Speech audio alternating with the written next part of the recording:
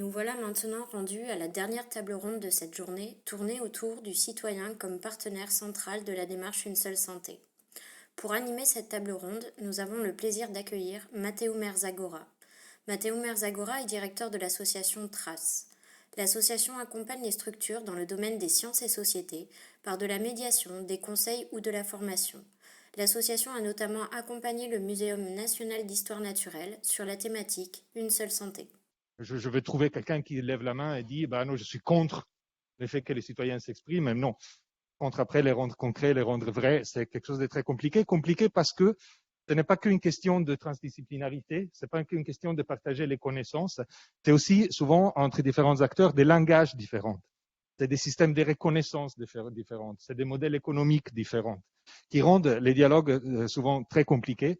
Et donc, l'écoute de la contribution citoyenne est souvent difficile, et aussi parce que je vais enlever le masque, je crois qu'on a aussi une certaine tendance à identifier les citoyennes comme quelque chose d'indifférencié, sans différence, et comme si Extinction Rebellion ou les syndicats des exploitants agricoles, c'était la même chose qu'un groupe familial qui va dans un musée le soir. Construire la participation citoyenne, c'est quelque chose de compliqué, et on va explorer cette complexité avec trois intervenants. La règle, je vais vous demander juste de vous présenter un moment. Après, comme avant, 15 minutes chacun et un temps de questions après. Je crois qu'on va arriver à rester dans les temps. Gilles Boeuf. Donc, on vous a déjà entendu. Les nombres de casquettes rendant possible une présentation complète.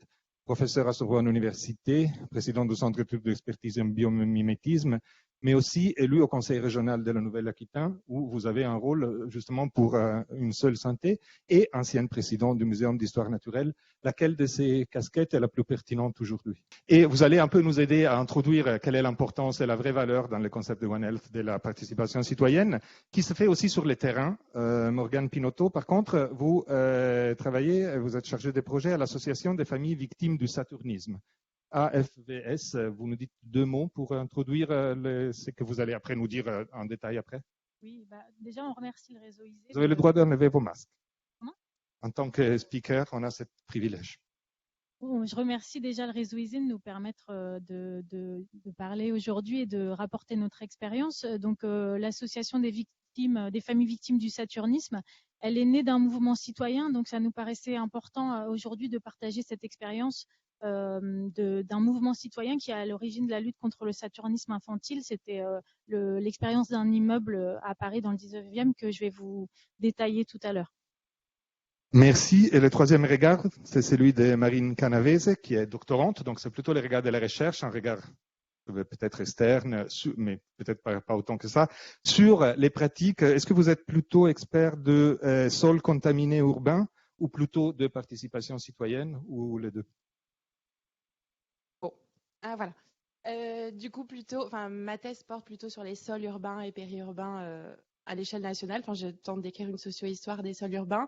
Et aujourd'hui, je vais faire un retour d'expérience sur différents projets de recherche, sur ces questions de transfert de connaissances, mais aussi d'incertitude, en fait, avec les habitants, en parlant du cas particulier des sols périurbains. Donc, non seulement les citoyennes qui arrivent à parler aux décideurs ou aux chercheurs, mais aussi les citoyennes qui échangent des compétences et des connaissances entre eux. C'est une composante forte de cette santé environnementale. Voilà, c'est ça, dans le cas particulier des jardins urbains, donc des jardiniers et jardinières avec lesquels on a participé à différents projets, ce que je présenterai tout à l'heure. Très bien. On s'est remis là pour pouvoir regarder les slides. On suit l'ordre du programme, et donc Gilles Boeuf, c'est à vous pour intervention d'un quart d'heure, et les questions, on va les prendre à la fin tous ensemble. L'agriculture, il faut regarder les animaux, bien sûr, et puis aussi les humains. Donc moi j'ai préparé un petit montage. Alors je devais passer le matin, donc ce que j'avais préparé ressemblait un petit peu à ce qu'a dû vous raconter mon ami Jean-François et puis Jean-Luc Angot aussi. Donc je vais passer rapidement là-dessus et on va en venir vraiment à l'intérêt des sciences participatives. Dans ma vie, j'ai présidé 7 ans le Muséum national d'histoire naturelle, où là le muséum c'est 2500 personnes et 20 000 participatifs. Ils nous appellent tous les jours. J'ai ramassé ma première prune dans mon jardin à Agen, j'ai fait ma première vendange à Bagnouls à tel moment. J'ai vu ma première hirondelle, j'ai vu le premier ver de terre, le hérisson dans mon jardin. Et tout ça organisé à travers des grandes banques de données, c'est extrêmement informatif. Le changement climatique, on le voit merveilleusement sur la vigne. tous les grands crus, hein, que ce soit en Côte-Rôtie, dans les côtes du Roussillon village ou bien en Haut-Médoc, on a gagné 1 mois sur les vendanges en 20 ans. Donc, ça veut dire que ça va vraiment très, très, très, très, très. On peut voir la première image, je ne sais pas comment qui est-ce qui la passe. Comment qui la passe avec ça? Bon. S'il n'y a pas d'image, je peux me débrouiller sans, hein, mais. Tu le mets en marche comment? Voilà, c'est ça. Ben voilà, très bien. Vous voyez quand même. Hein. Donc simplement, je vais revenir sur le b.a.-ba du vivant.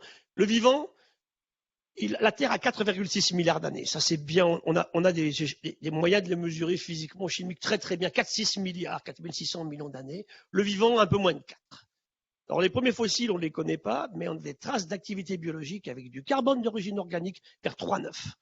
Donc, vous voyez un peu que la plus belle entreprise de la Terre, c'est la vie. Presque 4 000 millions d'années, elle est toujours là. Et c'est là que l'arrogance de l'humain aujourd'hui, son imprévoyance et sa cupidité amènent à détruire quelque chose dont on fait intimement partie. Tout à l'heure, ça a été dit par mon ami Pierre, Jean-François vous l'a certainement dit ce matin aussi. Donc 2 écosystèmes, j'ai choisi les plus riches au monde en nombre d'espèces ramenées à la surface, la forêt tropicale humide, 3 gisements au monde, le bassin amazonien en Amérique du Sud, le bassin du Congo en Afrique, et en Asie, les 2 grandes îles que sont la Papouasie-Nouvelle-Guinée et Bornéo. Là, on a 52% des espèces connues, décrites et présentes dans les grands musées d'histoire naturelle. C'est plus de la moitié de tout ce qu'on connaît sur tout le vivant. Hein. Le côté océan, c'est le récif corallien. Là, on est, la Nouvelle-Calédonie reste française, donc on est toujours en France. Hein. À une semaine près, je ne savais pas si on serait toujours en France, effectivement. Hein.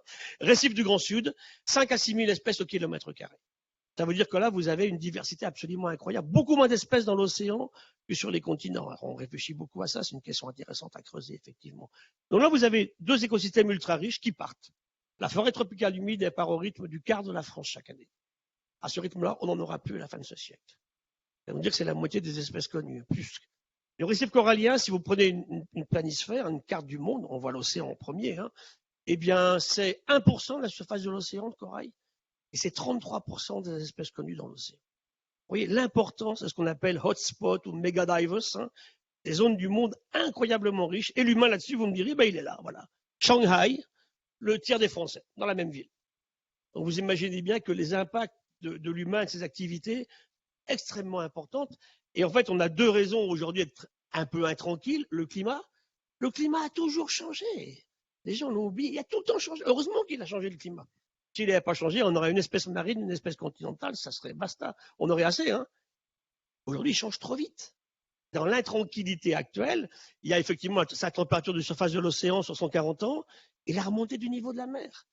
La mer s'était arrêtée de monter il y a 5000 ans. Et là, en 25 ans, elle monte 5 fois plus vite. On parle de facsimile à la grotte Cosquer en ce moment qu'on va refaire à Marseille. Ils ne l'ont pas fait en apnée à 20 mètres de fond, les types à l'époque. Hein. La grotte, elle était loin de l'océan. C'était une grotte d'une carrière continentale, en fait. Hein. Donc, le climat qui change, et puis le vivant. Alors, ma chouchoute, c'est une petite grenouille. Elle ne passe plus, je ne sais pas ce qui se passe. Bon. Et là? Voilà, ça y est. Alors, pourquoi celle-là? Parce que pour des raisons émotionnelles.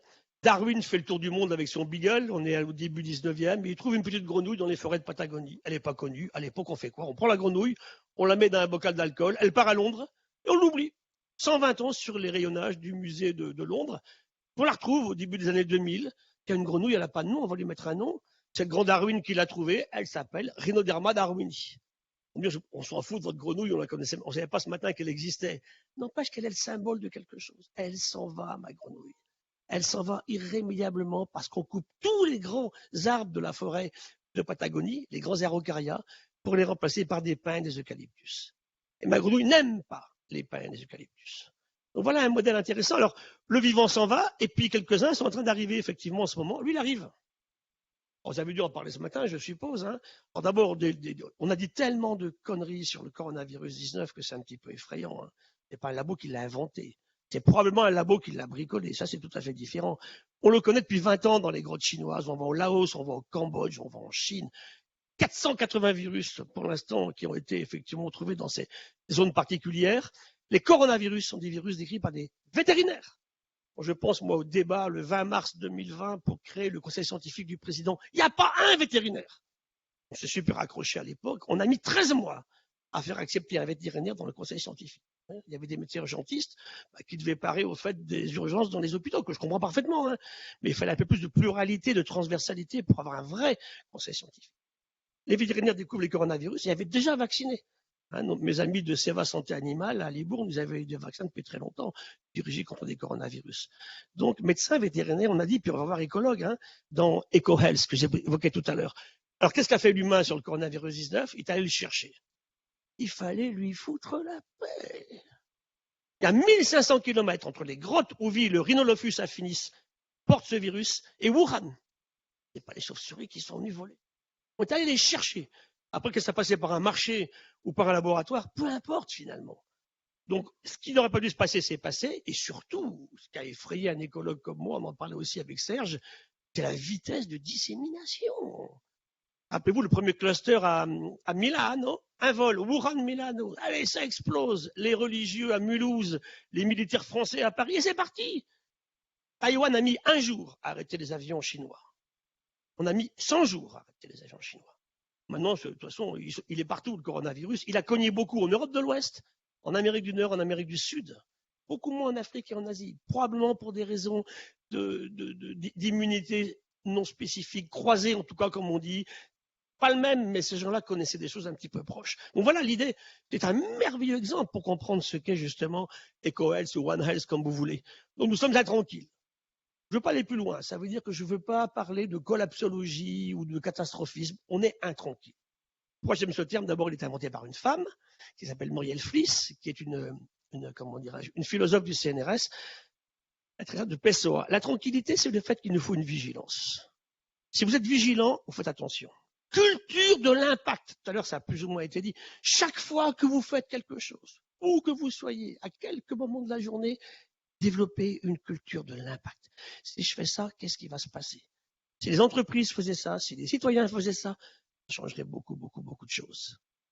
Sans tomber dans une éco-anxiété paralysante qui va amener à rien du tout. Hein. Donc je passe rapidement parce que vous en avez parlé ce matin. C'est ça la biodiversité finalement. Quand on demande ce que c'est, c'est ça. C'est pas une collection de papillons ou un club de girafes. Hein. Là, si j'enlève le nickel des couverts et le verre des bouteilles, c'est que du vivant. Vous ne mangez que cela. Et surtout, tout à l'heure, Pierre l'a abordé, on ne coopère qu'avec ça. Un humain, c'est beaucoup plus de bactéries sur sa peau, dans ses cheveux, et les trous de nez, tout. Et vous êtes beau comme tout, il n'y a pas de problème. Bourré de bactéries. C'est essentiel. Le bébé qui naît, le petit bébé au moment de la rupture de la poche des os, il est quasi axénique, le tube digestif, on a regardé, il n'y a pas grand-chose dedans. Donc, il ne se contamine pas à partir du virus de la maman. Il s'ensemence. C'est les fameux 1000 premiers jours que Boris Cyrulnik décrit dans votre futur psychologique, physique que vous aurez en permanence. Et là, par exemple, là, si j'avais pas de levure, des protistes, il n'y aurait pas de français, il n'y aurait pas de fromage, il n'y aurait pas de pain, il n'y aurait pas de vin, il n'y aurait pas de bière, il n'y aurait pas de français, il n'y aurait pas de conférence aujourd'hui parce que c'est tellement important. Alors, on élève des vaches, j'ai rien contre les vaches, mais il y a trop de vaches, 1,3 milliard de vaches, 23 milliards de poulets aujourd'hui. Ils pèsent plus en biomasse que les 10 000 espèces d'oiseaux sauvages de la Terre. Vous voyez que notre principal ennemi, c'est la démesure, hein, pour tout ce qu'on a expliqué depuis tout à l'heure. On veut. Alors, simplement, les relations, interrelations entre ce vivant. Tara Océan, on part en 2009, on rentre en 2013, on séquence des milliers de stations en mer, on séquence les 3 premiers mètres de l'océan. En rouge, je vous ai mis des gènes qui viennent de l'intestin du bébé humain à la naissance. En bleu, des gènes de protistes qui sont là. Ces cellules qui sont merveilleusement belles ici. Ça, ce sont des dinoflagellés marins qui font la biomasse de l'océan. Hein. Eh bien, on a 30% d'ADN commun avec les protistes de l'océan. 30%. Je parle d'ADN codant. 60% avec une mouche, avec une banane, avec la vigne. Quand je suis avec mes copains vignerons, on vient du même monde, du même moule. L'humain, c'est de l'eau liquide, des cellules et du sel. Et tout le reste, c'est du bricolage autour, en fait, pour l'organiser quelque part. On l'a oublié. Il y a une conférence que je fais souvent, quand je vous écoutais, ça me relançait là-dessus. L'homme a-t-il oublié qu'il était vivant? Vous savez, quand vous vous rappelez que vous êtes vivant, quand vous êtes malade, quand vous souffrez. Ah, vous dites, qu'est-ce que c'était bien quand je ne souffrais pas, quand je n'étais pas malade? On en est là. Et cet humain qui a complètement oublié cette communauté de tout ce qui vit. Alors, je ne vais pas jusqu'aux Indiens qui demandaient à l'animal, est-ce que je peux te tuer pour te manger ensuite? Mais pourquoi pas, finalement, hein? On a complètement oublié tout ça. Alors, on va passer justement aux questions alors, bon, au niveau pathologique, oui, à bientôt. Ça, c'est toutes les maladies nouvelles apparues depuis 1940. Mais 60, même 70, on peut dire. Depuis 1940, en France, on a 300 maladies nouvelles.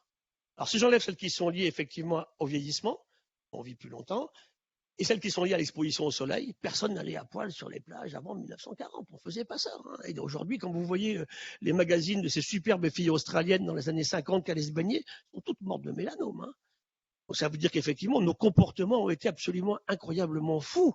Moi, je regarde sur la plage chez moi à Banyuls, ils vont se baigner quand? Tous. Hein. Alors, ils sont belges, ils sont allemands, ils sont anglais, ils sont parisiens, ils sont bretons, au pic des bactéries fécales dans l'eau. Et ils ont économisé 6 mois tout l'argent qu'ils avaient pour passer leurs vacances sur la plage de Banyuls, et on va se baigner au pire des moments.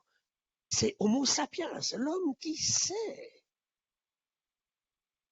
Alors les non, je passe, que ça, je pense que tu l'as fait ce matin. Oui, je termine. Hein. Je vais passer au côté participatif. Donc je passe là-dessus. Ça, c'est le colloque qu'on a fait à l'Assemblée nationale. Je passe, vous le trouvez sur Internet. Hein. Après, je termine. Donc voilà, l'essence participative, c'est quoi? Une double entrée. Ce sont soit des gens de la rue, vous, moi, n'importe qui. On va avoir un laboratoire. Et c'est exactement ce qui peut se passer sur l'histoire du saturnisme. Moi, j'ai beaucoup travaillé avec l'association des malades de la mucoviscidose. Hein, c'est exactement pareil. Ils viennent nous voir à l'hôpital. Comment est-ce que vous pouvez nous aider pour qu'on arrive à gérer la question de la souffrance liée à la maladie et puis arriver à des comportements qui vont éviter effectivement d'aggraver la situation? Ou bien c'est le chercheur dans son laboratoire qui va chercher des participants. Ça marche bien dans les deux sens. Qui est l'initiateur? Alors on les appelle sciences participatives, sciences citoyennes, sciences collaboratives. De quoi parle-t-on? C'est le fait qu'on va utiliser dans le bon sens du terme des citoyens. Pourquoi ils nous intéressent? Ils sont partout et tout le temps. Nos chercheurs, on n'est pas partout, on n'est pas tout le temps. Et ça, c'est merveilleusement intéressant pour l'acquisition de la donnée. Une clé essentielle. Séduire, c'est facile. Je peux vous séduire facilement, c'est pas. Fidéliser, c'est autre chose, en fait. Et on voit dans les grands groupes aujourd'hui de Tela Botanica, hein, tous les botanistes de France, on a une recrue par semaine et puis il y en a d'autres qui s'en vont au même moment. Et la fidélisation, elle est totalement liée à votre qualité de restitution. Avec les associations de patients, avec effectivement le monde des naturalistes, dans le cas de la biodiversité, si vous êtes capable de diffuser, de communiquer, en leur montrant tout le temps ce que vous avez fait, de leur donner, avec un partage très fort, ça marche très bien. Et je finis juste sur un travail qu'on a publié dans Nature, il y a quelques années. Je reviens en arrière, je ne sais pas si je peux revenir en arrière, je vais être trop loin. C'était une vue sur le climat. En fait, 18 ans d'études d'immigration des papillons et des oiseaux. C'est revenu, c'est revenu. Voilà, là, on est 10 000 participatifs. Ouais, c'est pas une petite sauce. Hein. 10 000 personnes au niveau européen. 18 ans de travail. Tous les jours, on collecte. Où sont les papillons, où sont les oiseaux? C'est des groupes faciles que les participatifs amateurs connaissent assez bien. Hein. Je ne peux pas faire ça avec les nématodes du sol, ni avec les colamboles, parce que j'ai personne qui les reconnaît. Mais oiseaux, papillons, ça marche bien. Et bien, on démontre que nos oiseaux ont fait en 18 ans 33 km vers le nord et nos papillons 114. C'est extrêmement robuste et puissant. Hein. J'ai fait quelqu'un de me dire que c'est pas vrai. Et là, vous lisez totalement les questions de changement climatique rapide. Et vous savez que la conclusion de tout ça, c'est que la température est un facteur essentiel, y compris chez l'humain, et que cette température, elle va générer ces migrations. La température qui augmente votre métabolisme, ça c'est classique chez tout le monde, et va faire que vous allez changer d'endroit parce que vous voulez trouver une adaptabilité plus simple à la température ambiante. On migre vers le nord, au nord, dans l'hémisphère nord et vers le sud dans l'hémisphère sud. Donc ça, c'est extrêmement puissant. Pour 1 degré de plus en Europe de l'Ouest, ils devront faire 250 km vers le nord. Ben voilà. Un magnifique exemple de science participative, hein, où si vous allez chercher l'information auprès des gens qui sont directement concernés, et croyez-moi, le deuxième intérêt, c'est que tous ces gens qui nous écoutent et puis avec lesquels on travaille, si le député du coin va sécher leur mare ou ils vont voir leur libellule, ils ne seront pas d'accord. Donc il y a un vrai travail local de terrain. Là, le local, c'est toute l'Europe de l'Ouest quand même. Hein. Donc c'est pour vous dire qu'on est dans un système actuellement de changement intense, rapide, bien généré par les activités humaines. Et je finirai en vous disant que le vivant, finalement, c'est tellement la note absolument incroyable. D'abord d'émerveillement. On arrête de nous préparer des mondes épouvantables où tout sera pollué, détruit. Si on ne fait rien, ça se passera. Mais j'ai encore croire, je suis un gros naïf, que ça se passera peut-être pas. Edgar Morin disait, Le problème, effectivement, c'est aujourd'hui clairement, c'est pas la frénésie scientifique ou technologique, c'est l'usage que l'on en fait. Il disait souvent dans l'histoire de l'humanité, le probable ne s'est pas produit. Donc, qu'est-ce qu'on fait ensemble aujourd'hui? Et j'arrêterai là-dessus pour rassurer mon ami. C'est clair qu'on se bat pour ce probable-là qu'on nous a promis ou qu'on nous promet ne se passe pas. Pour qu'il ne se passe pas, il faut qu'on accepte de changer. Le vivant, il a évolué sur, on a vu presque 4000 millions d'années. Sans arrêt, il s'est adapté à des horribles changements de milieu. Des impacts de météorites, la Terre entièrement gelée jusqu'au fond, des volcans. C'est des jouets, les volcans actuels, par rapport à ceux qu'on connaissait à des époques de l'histoire de la Terre. Hein. Des acidifications de l'océan. Ça s'est produit, bien sûr. Hein. Le vivant s'est adapté. Mais pour s'adapter, il faut accepter de changer. Alors, changeons ensemble.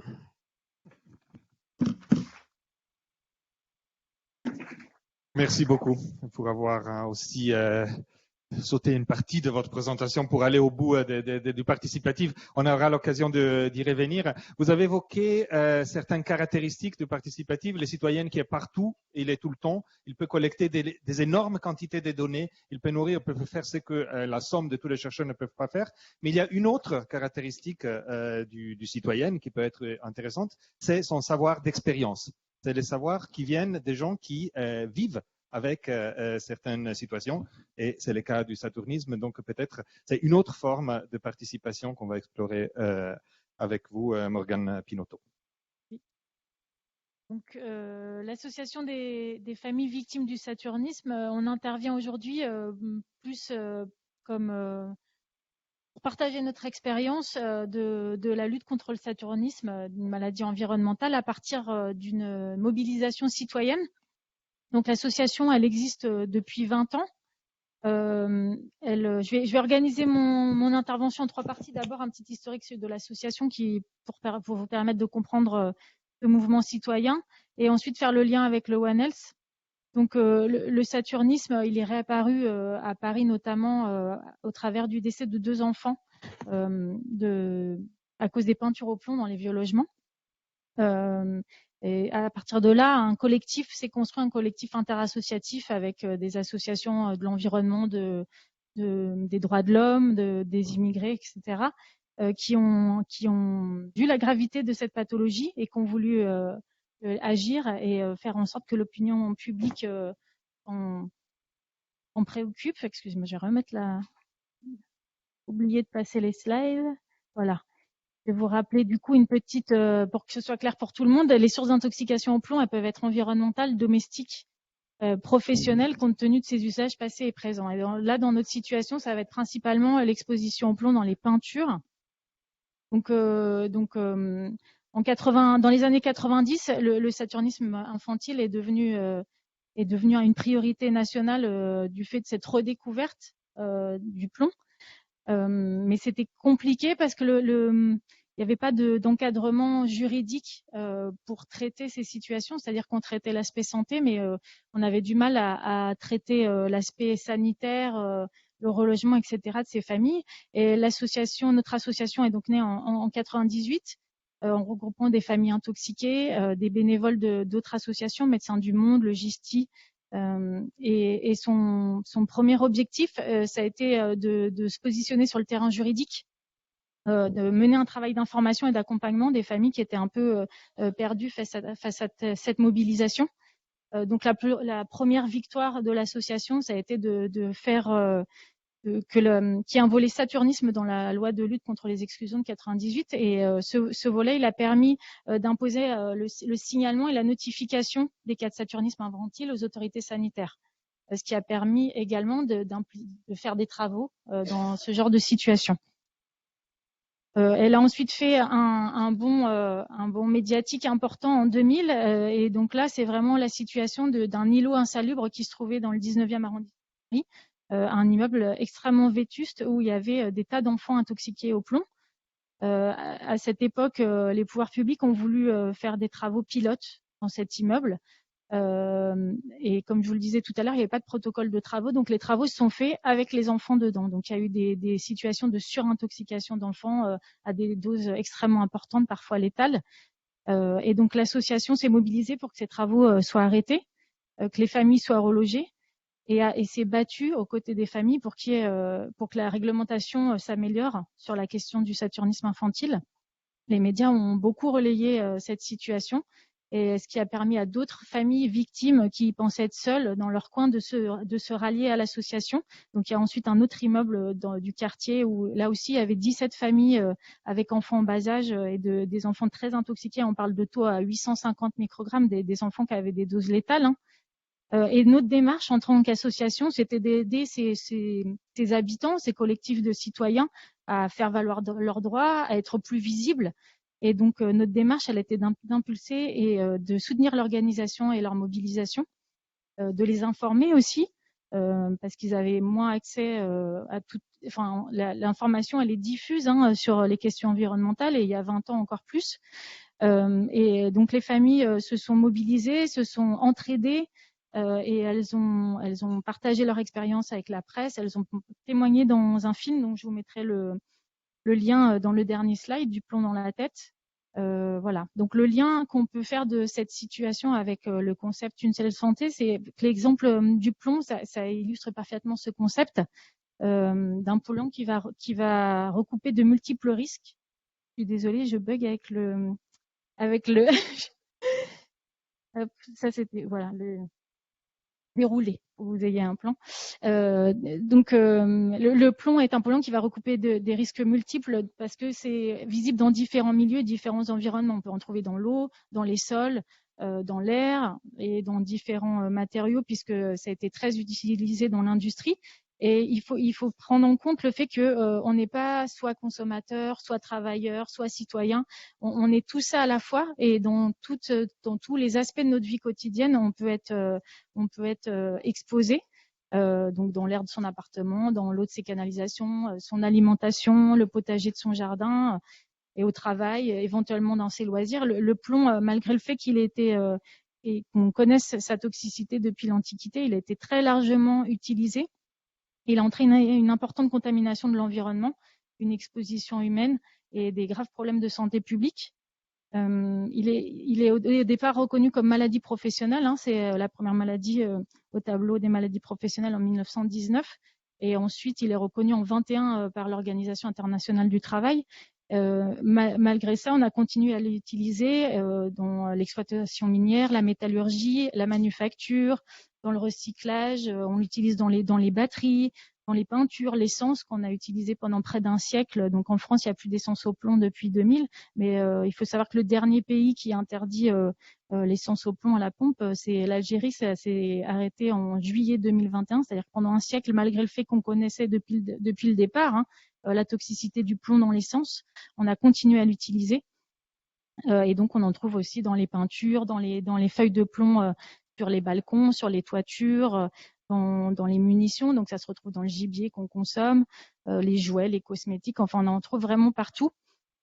Et là, on peut mettre en avant une contradiction entre la santé et l'expansion industrielle, économique, c'est-à-dire que malgré le fait qu'on connaissait la toxicité du plomb, on a continué à l'utiliser très largement.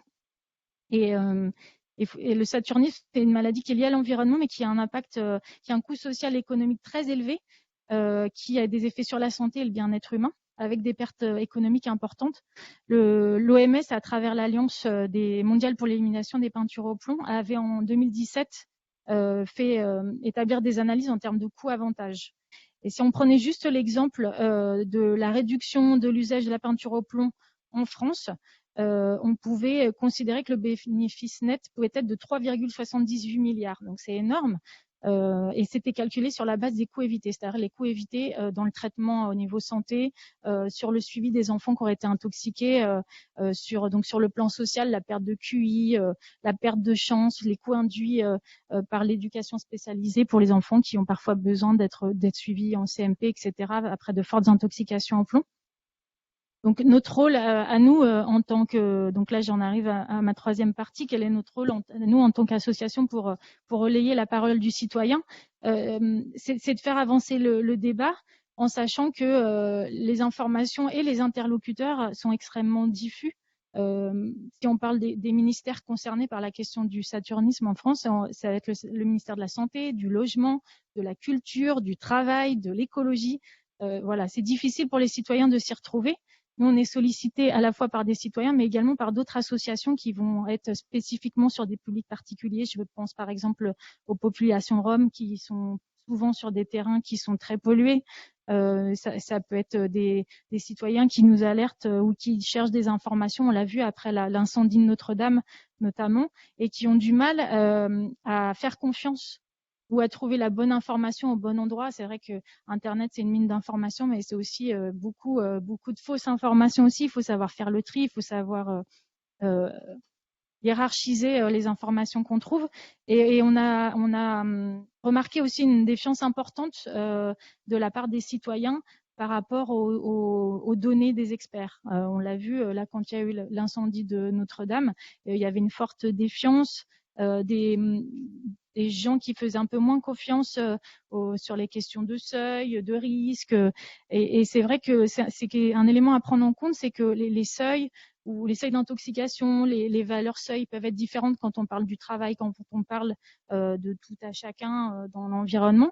Et ça crée une certaine défiance parce que les gens n'arrivent pas à comprendre que, par exemple, si on évalue un taux de plomb pour les professionnels, il est évalué en fonction du risque et tout en intégrant le fait que les travailleurs sont protégés, ce qui n'est en fait pas toujours le cas. On voit sur des travaux de réhabilitation d'immeubles anciens, les professionnels n'ont pas toujours des masques. On l'a vu sur les travaux de réhabilitation de la Tour Eiffel ou de Notre-Dame, où les travaux ont été arrêtés parce que ça manquait tout n'était pas respecté et il y avait un danger.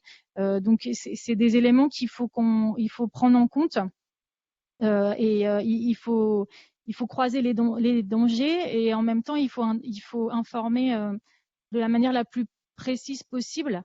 Les seuils d'intoxication pour le saturnisme infantile, ils ont changé très régulièrement puisqu'ils se basent à la fois sur un seuil de toxicité, mais aussi sur une base générale, sur l'imprégnation de la population générale.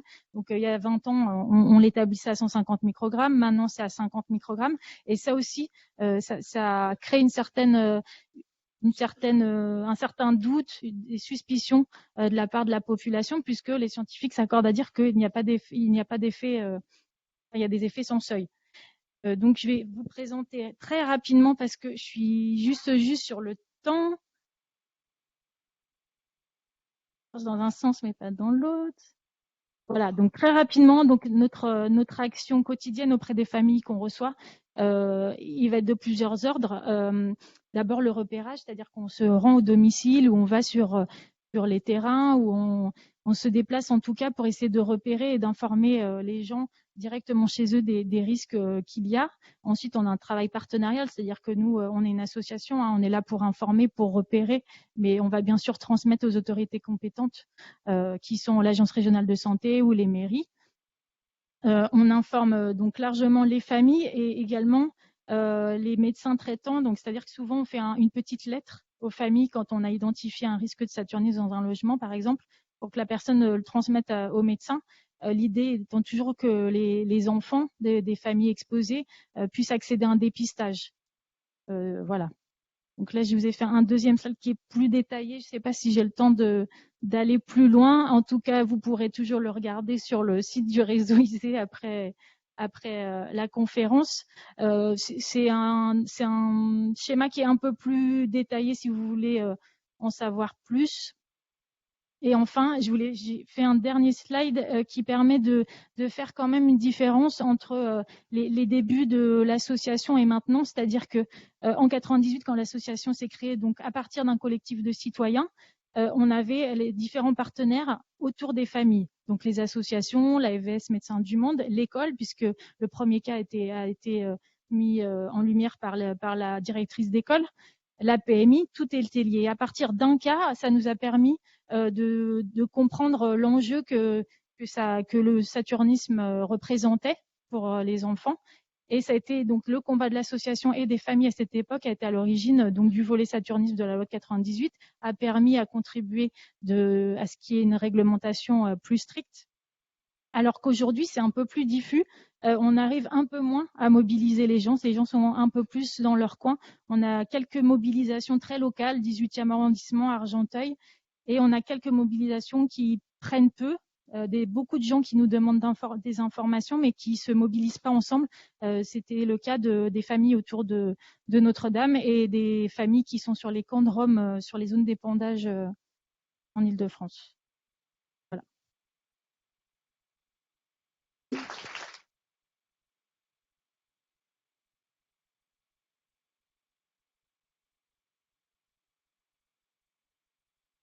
Aussi sur les contributions que cette participation peut avoir sur la compréhension et sur l'action, justement pour que cette participation citoyenne ne soit pas qu'un effet de communication, mais soit un effet effectivement d'avancement, un levier pour avancer, comme on l'a dit tout à l'heure. On passe à la présentation sur une étude, un cours encore, si j'ai bien compris, autour des sols contaminés urbains et de comment les citoyennes s'en approprient, les utilisent. Marine Canavez. Merci.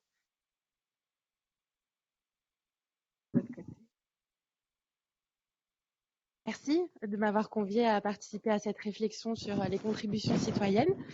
Alors aujourd'hui, ce que je vais faire, c'est plutôt un retour d'expérience de différents projets de recherche auxquels j'ai participé. Donc je parle aujourd'hui, mais c'est également au nom de mes collègues avec qui j'ai participé à ce projet, dont ma collègue Elisabeth Rémy, qui est dans la salle, sociologue à l'INRAE. Et voilà, aujourd'hui, je voulais participer à cette session en faisant un retour d'expérience sur ces enjeux liés au transfert de connaissances, mais aussi aux incertitudes, sur la question particulière des sols périurbains et encore plus particulière des jardins, puisque c'était nos terrains de recherche des jardins urbains et périurbains. Donc voilà, j'ai mis un petit peu les différents projets de recherche avec le plus récent qui a une participation à un axe du PRSE 3, la rédaction d'un rapport sur les risques associés au jardinage urbain. Alors aujourd'hui, je vais avoir une entrée plutôt sur les sols, mais ce qu'on posait comme question les jardins, c'est des questions de multi-exposition bien sûr, et puis des questions liées aux pollutions de l'air, pollution de l'eau. Donc voilà, il n'y a pas que la question de la pollution des sols, même si c'est un peu plus ma spécialité dont je parle plus aujourd'hui.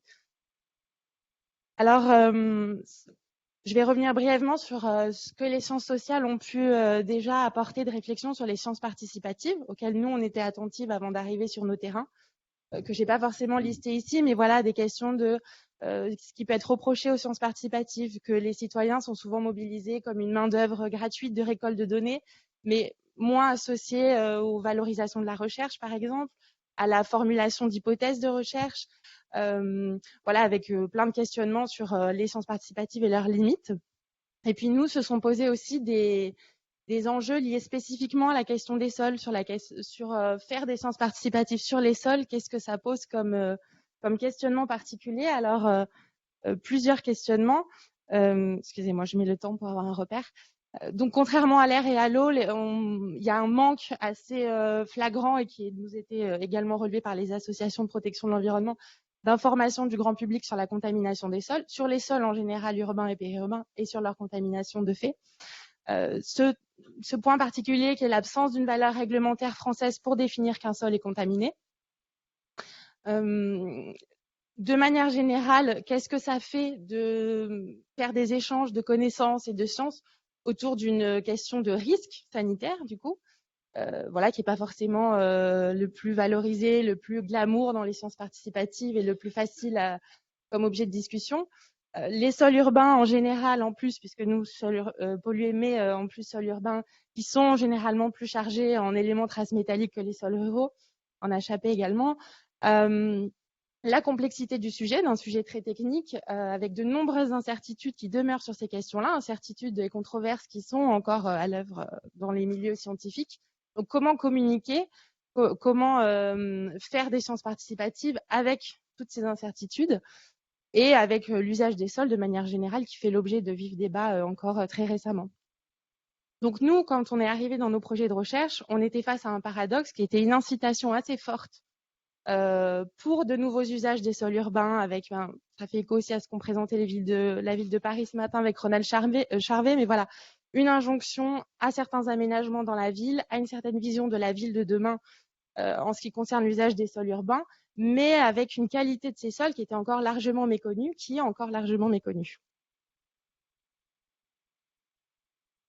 Alors, les premiers retours qu'on peut faire à la suite de ces projets de recherche, nous, en tant que sciences sociales, sur les interactions entre collectivités, experts et usagers, dans cette question de transfert des connaissances, etc.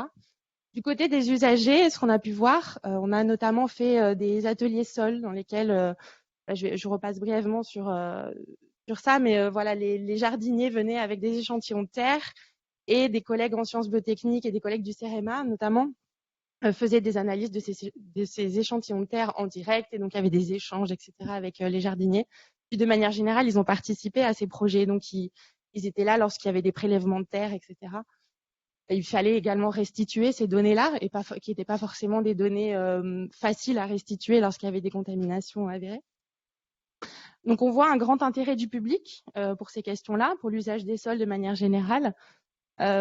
En cas de contamination des sols, on voit des positions très variées, très changeantes sur un même jardin, en fonction de différentes raisons. Déjà, des différences, on va dire, en fonction des dynamiques individuelles, une même personne qui peut changer de posture dans le temps, mais aussi en fonction de dynamiques qui sont collectives, propres à chaque jardin, qui parfois préexistaient la question de la contamination, avec des conflits qui pouvaient exister entre le bureau de l'association, les jardiniers, etc. Et on voit aussi, surtout, que plus le public est sensibilisé à cette question, plus il participe, etc., plus il pose la question de la pollution, avec tout ce que ça implique de temps de travail qui n'était pas anticipé, avec tout ce que ça implique de complexité du sujet et de prise de responsabilité sur une question sanitaire alors que ce n'était pas du tout dans l'émission de cette personne. Donc se pose la question de manière générale, la question des responsabilités du côté des collectivités. Et une attitude par rapport à la communication qui est faite aux habitants dans les collectivités, là aussi très variable. On peut voir des collectivités avec une certaine transparence, jusqu'au cas extrême de la rétention d'informations, avec tout un panel de postures entre les deux. Et donc, ce que font remonter ces collectivités, c'est l'importance d'avoir des réseaux pérennes, toujours pareil, d'interlocuteurs, d'accompagnement, et de manière générale, un manque de ces réseaux-là, un manque d'interlocuteurs uniques à qui s'adresser, un manque de documents aussi d'accompagnement. D'où l'idée qu'on évoque souvent d'observatoires, en tout cas de structures pérennes autour de la question d'une seule santé. Ce qu'on a pu voir avec les jardins, c'est l'importance d'une structure qui serait présente dans le temps long et qui deviendrait interlocutrice des habitants, des collectivités.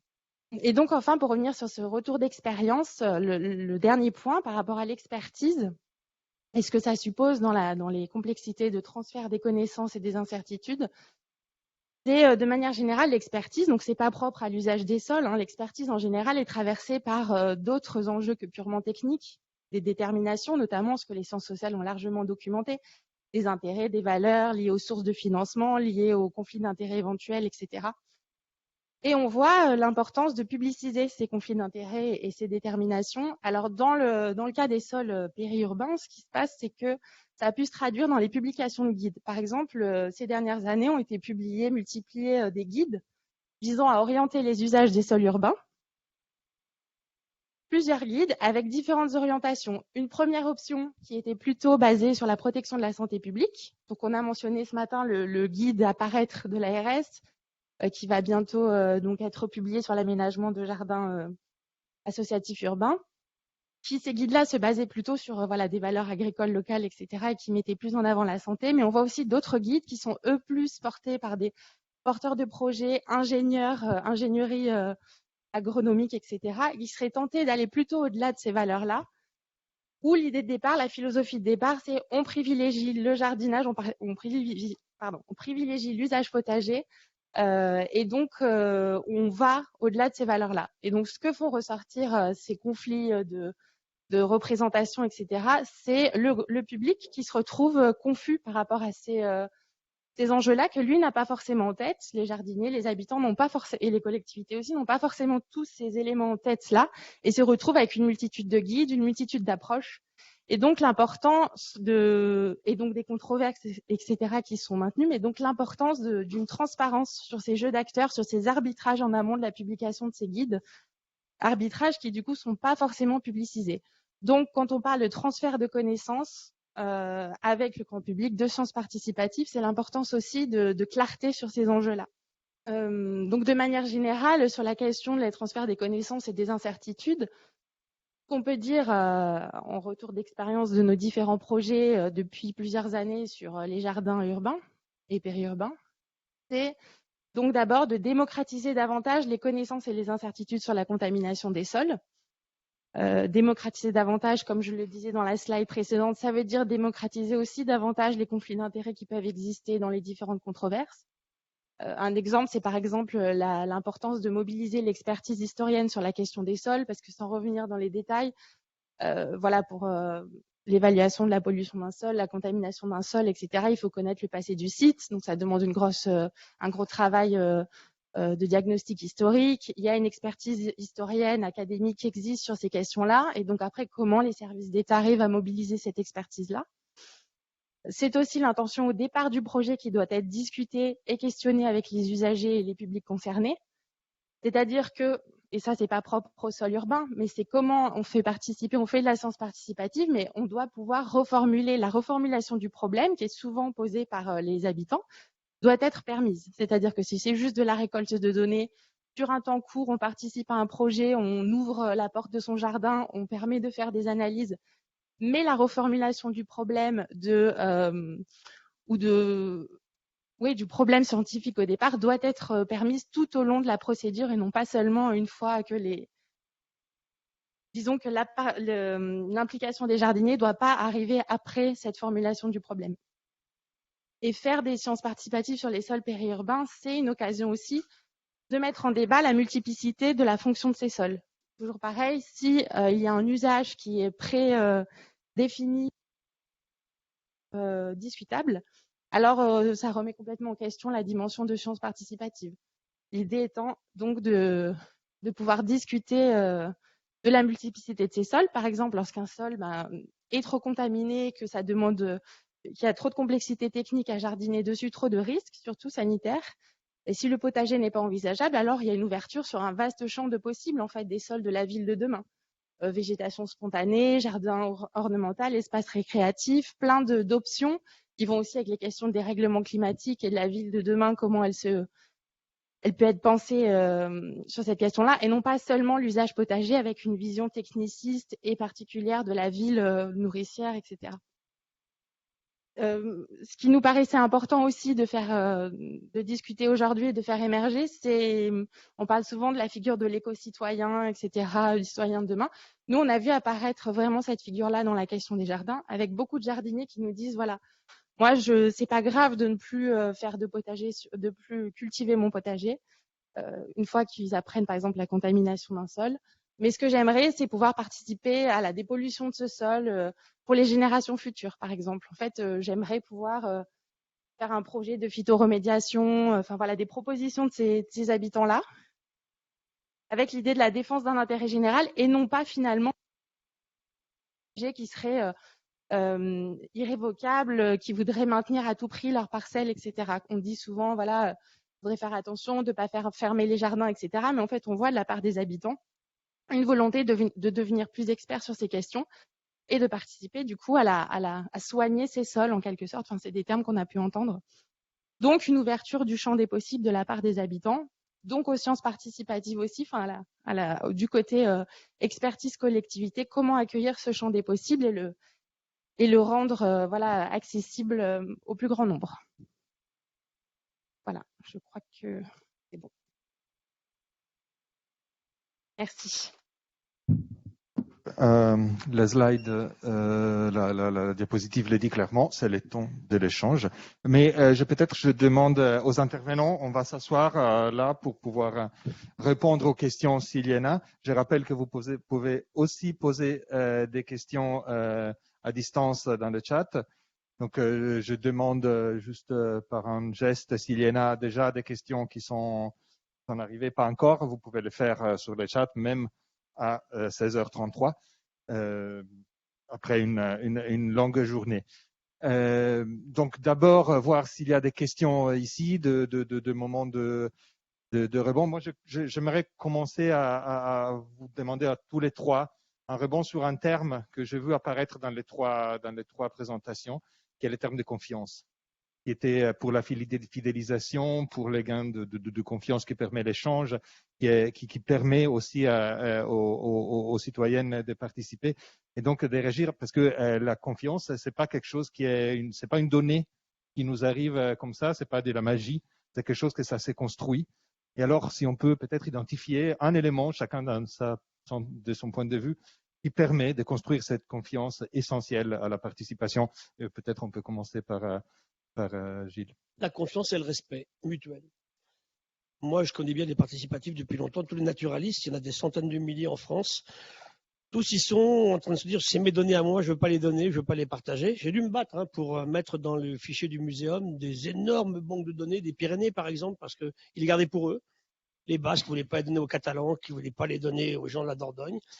Donc il a fallu les persuader, et la confiance, elle est dans le respect. Ça veut dire qu'il faut absolument... D'abord, il y a le mot science, on a oublié de le dire. Hein. Science participative. S'il n'y a pas un protocole scientifique, ce n'est pas des sciences participatives. On est bien d'accord. Hein. Ce n'est pas le fait de mettre des gens en commun. S'il n'y a pas une base scientifique avec un protocole, ça ne rentre pas dans les sciences participatives. Donc, une fois que ça s'est établi, la confiance, c'est le scientifique fait confiance à tous ces participatifs. Ça nous demande des fois, nous, à valider les données. Hein. On a plein de cas, par exemple, le type, il avait un oiseau, manifestement, il ne peut pas exister là, l'oiseau en question. Hein. Ou alors, la mouette de Rosse qu'on a vue récemment dans le nord de la France, elle est venue toute seule, perdue, sur un courant sud. Donc, on valide les données. Une fois qu'ils sont validés, ils deviennent rapidement excellents. Hein. Donc, la confiance, c'est le scientifique qui respecte profondément les informations qu'il reçoit, le participatif aussi qui respecte le côté scientifique, et la confiance, elle est là. La qualité de la restitution. Pour moi, c'est ça. Tout à l'heure, je ne sais plus laquelle de deux l'a dit, participation non seulement à la synthèse des données, mais aussi à la publication après, scientifique ou pour le monde de l'aménagement. La confiance, elle est là. Mais sans confiance, il n'y a pas de sens participatif. Une des points de vue que vous pouvez adopter, c'est celui d'ancien président du Muséum d'histoire naturelle de Paris, où vous avez lancé un programme très important, ça s'appelle les Viginature, après Vigiciel, maintenant Mosaïque, qui est une plateforme d'accompagnement des sciences participatives. Les musées en général sont perçus, sont reconnus comme les institutions parmi les plus dignes de confiance chez les citoyens. Donc, en gros, c'est facile. Et si vous êtes beaucoup une collectivité, CNRS, un média, en disons politique, qu'on sait que la confiance est beaucoup moins donnée, ça ne marche pas. Donc, il y a besoin d'institutions comme la vôtre. Ouais, le muséum a une image de marque de vieillerie d'abord. C'est là depuis 400 ans, donc ils ont dû faire des trucs depuis longtemps. Et puis surtout, on n'est ni le CNRS ni l'INSERM. On n'a pas d'engagement dans des entreprises ou des choses comme ça. Et donc, ça a beaucoup plu quand même ça. Même l'université a plus de mal que nous, hein, parce que maintenant, ils cherchent des sous, les pauvres, ils n'en ont pas. Il faut bien en trouver quelque part. Donc la confiance, elle est là aussi. C'est que, puis surtout, ce qui intéresse un participatif, c'est qu'il va voir les collections. Hein, lui, il rêve de trouver le coléoptère bleu à point rouge trouvé en 1910 dans telle forêt des Pyrénées. Ben, il va venir la voir dans les collections, puis il la voit, il dit oh là là, peut-être que je vais la trouver moi aussi. Est-ce qu'elle est encore là aujourd'hui? Et c'est pareil au niveau médical quand on a évoqué les questions. Moi, je connais bien l'association de la mucoviscidose. Hein, avec ces gens-là, il y a une confiance incroyable qui s'établit. Ça va jusqu'à faire des courses cyclistes en commun. Ça veut dire qu'on va organiser avec les malades, les familles des malades, bien sûr, hein, et les chercheurs qui bossent là-dessus, une course à pied, une course de vélo, un match de foot. C'est extrêmement liant, ça, tu vois, au niveau de la confiance. Il faut qu'on vive la même vie simple, en fait, avec les participants. Mais c'est très important. Cette confiance, tu as raison. Si elle est pas là, eh bien, ton aspect va pas durer très longtemps. Ça, je termine sur les stations marines. Ça fait 120 ans qu'on fait ça. Hein. Paradoxalement, on connaît moins l'océan, mais ça fait 120, 140 ans qu'on a des bases de données dans les stations marines acquises grâce à des pêcheurs à pied, à des plongeurs. Ça n'a pas de prix. On n'a pas ça au niveau terrestre, hein, étrangement. Hein.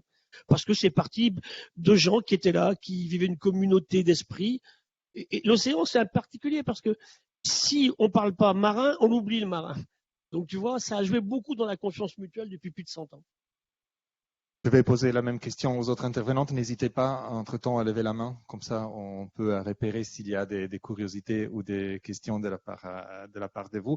Et voilà, un peu la même question, mais dans un horizon complètement différent. Là, vous ne pouvez pas faire un musée du saturnisme, donc ça n'aurait pas de sens. Mais quand même, il me semble que vous avez parlé un peu de ce besoin de créer cette confiance, mais aussi, j'ai un peu perçu dans une partie de votre intervention une sensation des risques de perte de confiance. Les type d'engagement peut changer. Donc, parfois, on change dans les biens, mais parfois pas dans le bon sens. Donc, quoi faire pour, dans votre cas, construire cette confiance? Oui, si l'expérience de l'association, effectivement, c'est vraiment un élément qu'on remarque souvent.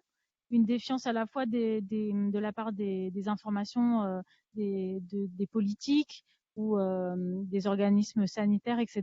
Et parfois le fait qu'on donne même la même information, parce que nous on va se baser sur les expertises scientifiques, on n'invente pas les choses, on n'est pas scientifique nous-mêmes, donc on fait que rapporter la parole et essayer de la transmettre d'une façon la plus simple possible aux gens qu'on rencontre, aux familles, etc.